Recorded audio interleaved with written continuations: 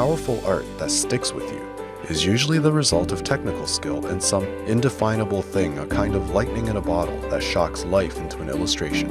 Djamila Knopf is an independent artist from Germany who seems to have shelves of bottled lightning that she applies to her work, garnering her over 300,000 Instagram followers and counting, and a career doing personal work.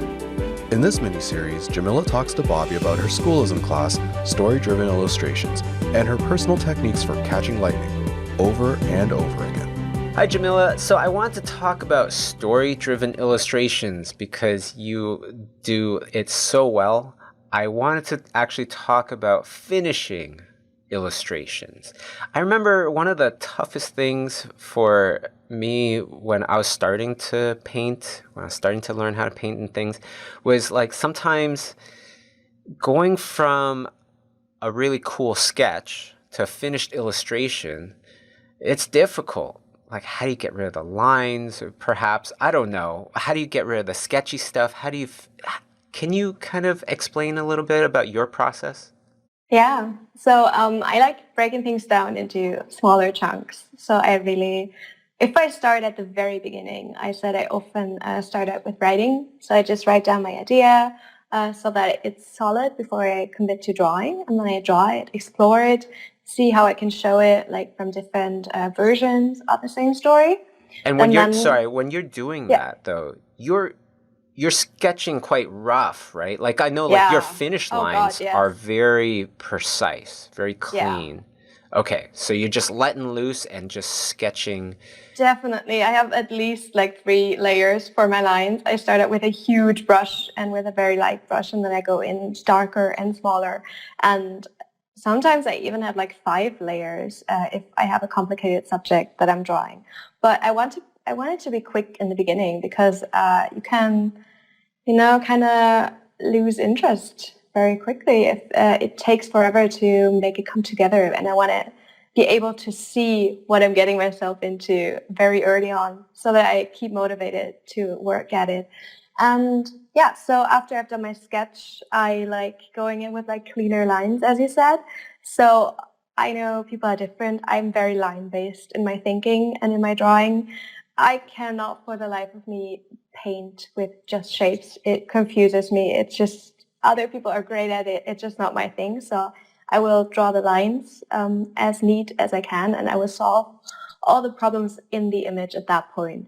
So perspective, character pose design, set design, like how the environment looks like. Just the basic structure is there so that people know what they're seeing. And before we go further, one of the things that are kind of like the most appealing about your art, in my opinion, is the line drawing. So I want to talk a little bit about that as well. Like when you are drawing those initial sketches using a big brush, you're probably doing big, thick lines, rough lines. Yeah. Maybe there's 2 or 3 lines that you might draw. Mm-hmm. How do you kind of do the final line? Do you constantly turn off and on your drawing so that you kind of compare, okay, does this resemble my rough sketch? Does it have the same essence? And then you probably... I sometimes save it up as a separate file, and then I put it on my second monitor so that I can see it, so that I don't lose that. What I do for... your rough sketch. You would put it on... I put it there because, I think everybody knows the problem that sometimes the rough sketch just looks more interesting than the cleaner liner. It just loses, like dynamism and all this kind of stuff. So I like having it there to look at, to not forget what I had. And what I do is I will put the lines in my Photoshop file at a very, very low opacity. So it will be barely visible, and then I will go above it with darker and thinner lines. But if in the thumbnail, like in the small window, I can only really see the darker lines that I put down. So I have a zoomed out version, and then I have a zoomed in version. And in the zoomed in version, I see like the layer beneath, but in the one next to it, it's just almost or only my new lines, so I can keep an overview. And I like, while I'm sketching and drawing, I like using tools such as like Liquify in Photoshop and Warp, because sometimes I put down a line and I'm like, that's a good line actually, but it's in the wrong place. So I just circle it and move it to a different place. So it's pushing and pulling. It's probably the part of my process that takes the longest, apart from the rendering at the end. But yeah, I want the line drawing to really be where I want it to be and where I need it to be, because I won't go back to it unless I see something that I really need to fix.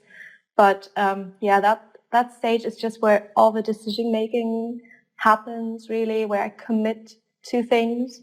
So I pay extra attention to just really get that right. And of course, if people want to take this further, you go in depth into how to finish an image in your lesson 7 of your class, Story-Driven Illustrations. Very, very cool, especially using the Warp and Liquify to adjust your line drawings. I've never done that before. I'm definitely going to try. And so for those out there that have been listening, yeah, Liquify, Warp for your line drawing, amazing. I'm going to try it myself, and you guys should try it too. And if you want to take things further, definitely check out Djamila's course on schoolism.com, Story-Driven Illustrations. Thank you so much, Djamila.